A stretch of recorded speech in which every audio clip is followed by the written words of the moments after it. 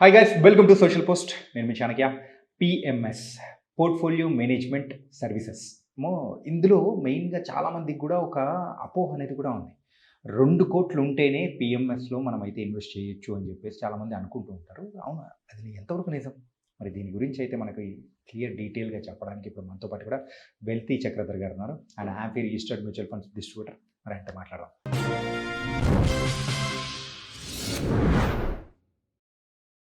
Hi sir. Hi sir.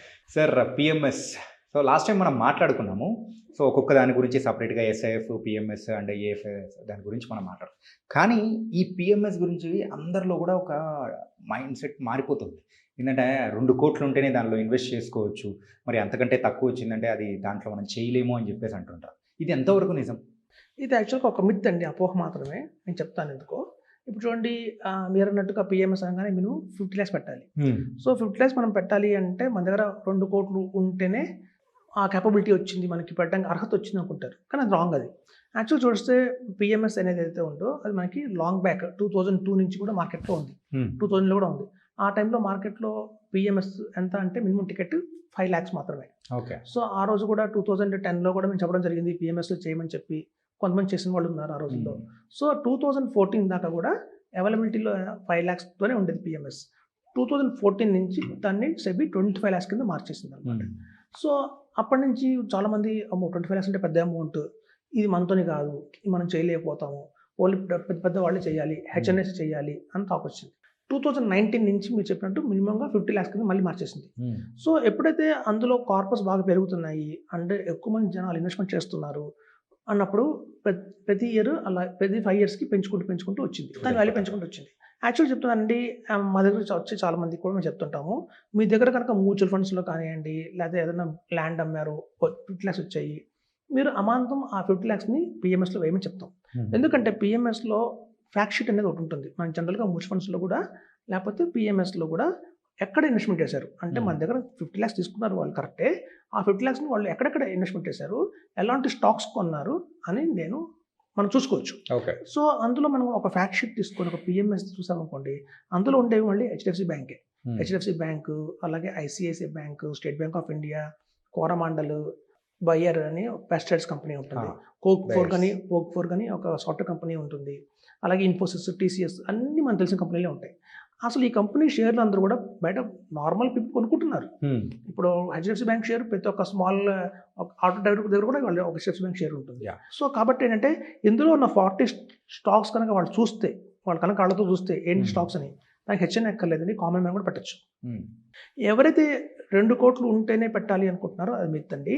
నేను చెప్తున్నాను, ఎవరైతే కనుక 50 lakhs పెట్టి పిఎంఎస్లో పెట్టి 8 years కనుక వెయిట్ చేస్తారో ఆ 50 lakhs 2 కోట్లు అవుతుంది. 50 lakhs పెట్టండి, 8 ఏళ్ళు లాగండి, the investment amount will become 2 crores. So మరి ఇది ఇంకా బెటర్ కదా. మనకి మ్యూచువల్ ఫండ్స్లో అనవసరంగా క్యారీ చేసుకుంటే కన్నా 2 కోట్లు వచ్చేంత వరకు పిఎంఎస్లో వెయిట్ చేసే కన్నా కూడా మన కనుక 50 lakhs మ్యూచువల్ ఫండ్స్ రెడీగా ఉంది అంటే ఇవాళ దాన్ని ఇటు స్విచ్ చేస్తే ఈ 50 lakhs 2 కోట్లు అవుతుంది. ఓకే. సో మనం ఆటోమేటిక్గా హెచ్ఎన్ఏగా మనం ఫీల్ అవ్వచ్చు. సో ఇప్పుడు మనం 2 కోట్లు వచ్చేంత వరకు పిఎంఎస్లో వేయకూడదంటే మన లైఫ్ టైంలో మనం పిఎంఎస్లో వేయలేము. ఇంకోటి ఏంటంటే రాబోయే రోజుల్లో ఇవాళ పిఎంఎస్ మనకి 50 lakhs ఉందండి, లేకపోతే మళ్ళీ సెబీ పెంచుతారు, మనం కూడా చేయొచ్చు, ఇంకా అప్పటికే మనం చేయలేము. సో కాబట్టి 50 lakhs ఉన్నప్పుడు మాత్రం మనకి అందుబాటులో ఉంది అంటే మాత్రం, సపోజ్ ఏదైనా ల్యాండ్ అమ్మినా లేదా మనకి రిటైర్ అయ్యాము, చాలా మందికి గవర్నమెంట్ ఎంప్లాయీస్కి ఏంటంటే ఇవాళ కూడా పెన్షన్ చాలా పెద్ద అమౌంటే వస్తున్నాయి, 75,000 rupees per month వస్తుంది. అప్పట్లో వైఫ్ అండ్ హస్బెండే ఉంటారు, పిల్లలు సెటిల్ అయిపోయి ఉంటారు. సో వాళ్ళకి వచ్చే బెనిఫిట్స్ ఉన్నాయో అది వాళ్ళు ఏమంటున్నారంటే మా దగ్గరకు వచ్చి ఇది మాకు అవసరం లేదు, మా పిల్లలకి నెక్స్ట్ మా జనరేషన్కి వాళ్ళకి కావాలి అంటున్నారు. సో అట్లాంటి వాళ్ళందరూ కూడా పిఎంఎస్ ఈజ్ బెస్ట్ ఆప్షన్ చెప్తాం.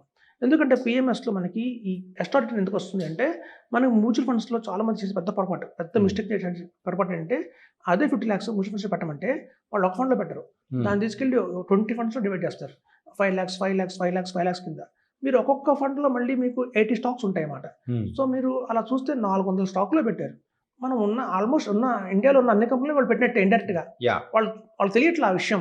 మనం పెట్టాం 20 funds కదా అనుకుంటారు, కానీ ఏంటి ఒక్కొక్క ఫండ్ వెనకాల బ్యాక్ చూస్తే మళ్ళీ 80 స్టాక్స్ ఉన్నాయి. సో అలా చూస్తే మీకు అన్ని అందులో డూప్లికేట్ తీసేసినా కూడా దగ్గర 400 స్టాక్స్లో పెట్టారు. అలా అన్ని కంపెనీల్లో మనం పెట్టుబడి పెడితే ఎప్పటికీ కొట్టేసోళ్ళు కాలం. ఈవెన్ అంబానీ చూస్తే ఒక కంపెనీ పెడితే కొట్టేసోడు అయ్యాడు.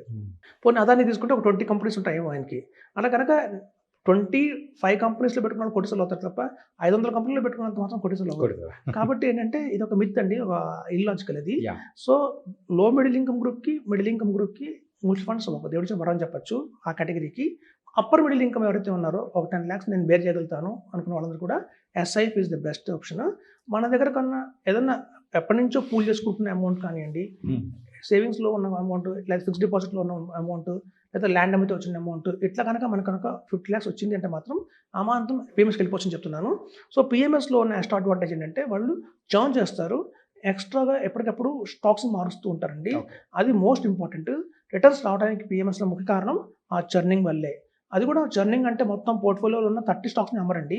కేవలం out of 30 stocks 3 or 4 stocks అయితే పనిచేయట్లేదో, ఆల్రెడీ వాటిలో గ్రోత్ అయిపోయింది, ఇంకా నెక్స్ట్ ఫర్దర్గా పెరగవు అనుకున్నప్పుడు మాత్రమే మారుస్తారు.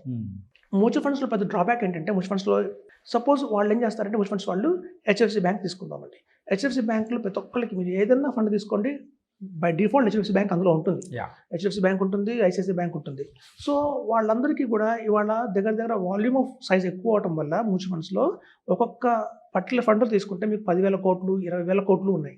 ఆ 20,000 కోట్లలో 10 కోట్లు HDFC బ్యాంక్లోనే ఉంటుంది. అలా ఒక్కొక్క ఫండ్లో 10 కోట్లు ఉండడం వల్ల ఏమైందంటే, మొత్తం మ్యూచువల్ ఫండ్ ఇండస్ట్రీ కాంట్రిబ్యూషన్ ఆ ఒక్క పర్టికులర్ HDFC బ్యాంక్లోనే దగ్గర 600 కోట్లు ఉంది. ఇప్పుడు చూడండి మీరు, ఒకవేళ HDFC మ్యూచువల్ ఫండ్స్ కంపెనీలన్నీ డిసైడ్ అయ్యాయి అనుకోండి, ఇంకా పైన HDFC బ్యాంక్లో గ్రోత్ లేదు, మనం దాన్ని అమ్మేసి మనం Ratnakar bank, RBL bank, IndusInd bank, లేకపోతే కొటక్ బ్యాంకులో పెడదాము, వీటిలో గ్రోత్ వస్తుంది అనుకున్నారు అనుకోండి, ఈ 600 కోట్లు అన్ని మ్యూచువల్ ఫండ్ కంపెనీస్ కలిసి అమ్మేస్తే దాని పరిస్థితి ఏంటి? బ్యాంక్ పరిస్థితి ఒక్క రోజులో. కాబట్టి అలా చేయడం లేదు. మ్యూచువల్ ఫండ్స్ సెబీ అలా ఒప్పుకోదు. కాబట్టి అందులో సాచురేషన్ అయిపోయినా సరే ఆ స్టాక్ని వాళ్ళు హోల్డ్ చేయాల్సిందే. అదే PMSలో అనుకోండి, ఉన్న వాల్యూమ్ చాలా తక్కువ, 5,000 crores 2,000 crores ఉంటాయి. వాళ్ళు బై డిఫాల్ట్ ఒకళ్ళు పెట్టినా కూడా, PMSలో వాళ్ళు పెట్టినా కూడా HDFC బ్యాంక్లో మహా అయితే 5-6 కోట్లు పెడతారు.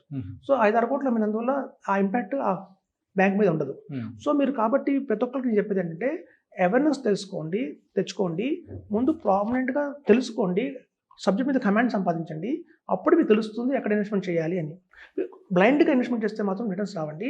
మీరు ఏదన్నా మ్యూచువల్ ఫండ్స్లో పెట్టారు అంటే దాని ఫ్యాక్ట్ షీట్ తీసుకోండి, అందులో 80 స్టాక్స్ ఉంటే out of 80 stocks 30 stocks already saturation అయిపోయిన స్టాక్సే ఉంటాయి. ITC ఉంటుంది అందులో మీరు చూస్తే సన్ ఫార్మా కానివ్వండి, లేదా టాటా TCS కానివ్వండి, HDFC కానివ్వండి, బ్యాంక్ కానివ్వండి, ఇవన్నీ సాచురేషన్ అయిపోయినాయి ఆల్మోస్ట్. ఫర్దర్గా నెక్స్ట్ వాళ్ళతో గ్రోత్ అనేది అంత బాగా రాదు వాళ్ళలో. సో అలాంటి స్టాక్స్ ఒక 25 ఉన్నాయి. సో మీ అమౌంట్ అనవసరంగా అలాంటి 20 స్టాక్స్లో పెట్టి మీరు కాంప్రమైజ్ అవుతారు రిటర్న్ మీద. అలాంటి కాకుండా ఒక PMS లాంటి వెహికల్ మీద మీరు వస్తే మాత్రం క్వాలిటీ ఉంటుంది. ఎప్పటికప్పుడు సాచురేషన్ స్టాక్ని వాళ్ళు తీసి మళ్ళీ గ్రోత్ ఉన్న స్టాక్ని పెడతారు కాబట్టి, రీప్లేస్ చేస్తారు కాబట్టి మీకు రిటర్న్స్ బాగా వస్తాయి అని మనం చెప్తూ ఉంటాం అన్నమాట. సో ఇందులో ఉన్న డ్రాబ్యాక్ ఏంటంటే, అందరూ అనేది ఎవ్రీ ఇయర్ మనం ట్యాక్స్ కట్టాలి కదా అంటారు. ప్రతి ఒక్క మ్యూచువల్ ఫండ్స్లో అయితే ఎప్పుడో మనం అమ్మినప్పుడు ట్యాక్స్ కట్టుకోవాలి, ఇది ఎవ్రీ ఇయర్ కాదు ట్యాక్స్ కట్టాలి కదా అంటారు. ఇక్కడ చూడండి, మనం ఏం చేస్తున్నామంటే, ఒక ఇన్వెస్టర్ని ఒక 40 స్టాక్స్ ఇచ్చి ఆయనకి ఓనర్షిప్ ఇస్తున్నాం. Is becoming one of the owner of the కంపెనీయే. షేర్ హోల్డర్ అంటే ఏంటంటే అర్థం, ఆ కంపెనీకి ఓనర్షిప్ ఇచ్చినట్టే.